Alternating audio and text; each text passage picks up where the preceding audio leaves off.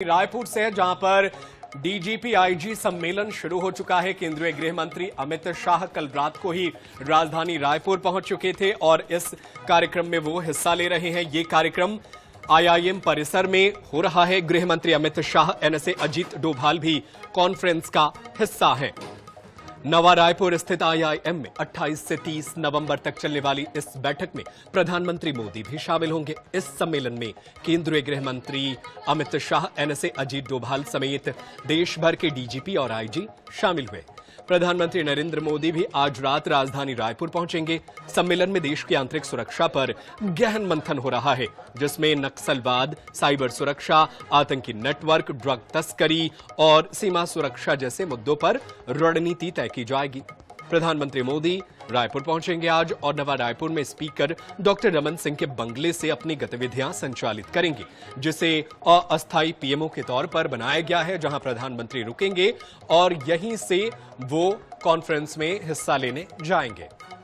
तो राजधानी रायपुर में डीजीपी आईजी कॉन्फ्रेंस जो है वो शुरू हो चुका है।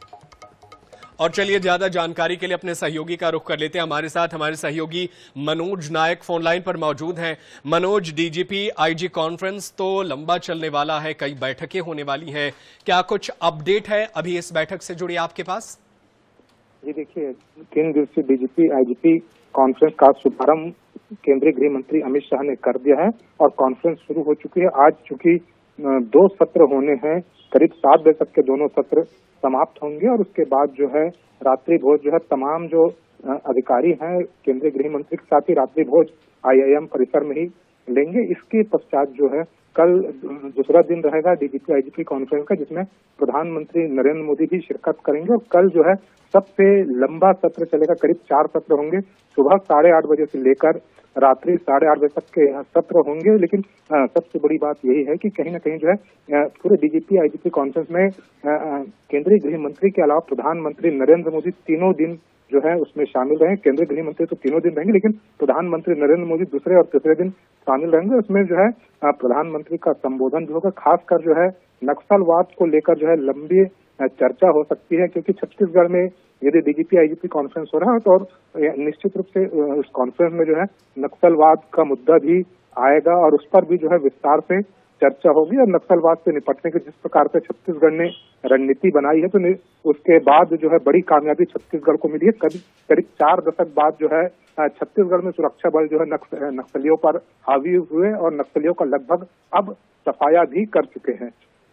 बिल्कुल, नक्सलियों का सफाया हो चुका है लगभग, और यहां होना अपने आप में बहुत मायने रखता है राजधानी रायपुर में। लेकिन मनोज, एक और आपसे जानकारी चाहेंगे, प्रधानमंत्री आज कब तक राजधानी रायपुर पहुंचेंगे और क्या आज जब वो आएंगे तो आज ही वो बैठक में शामिल होंगे या कल से उनका कार्यक्रम शुरू होगा?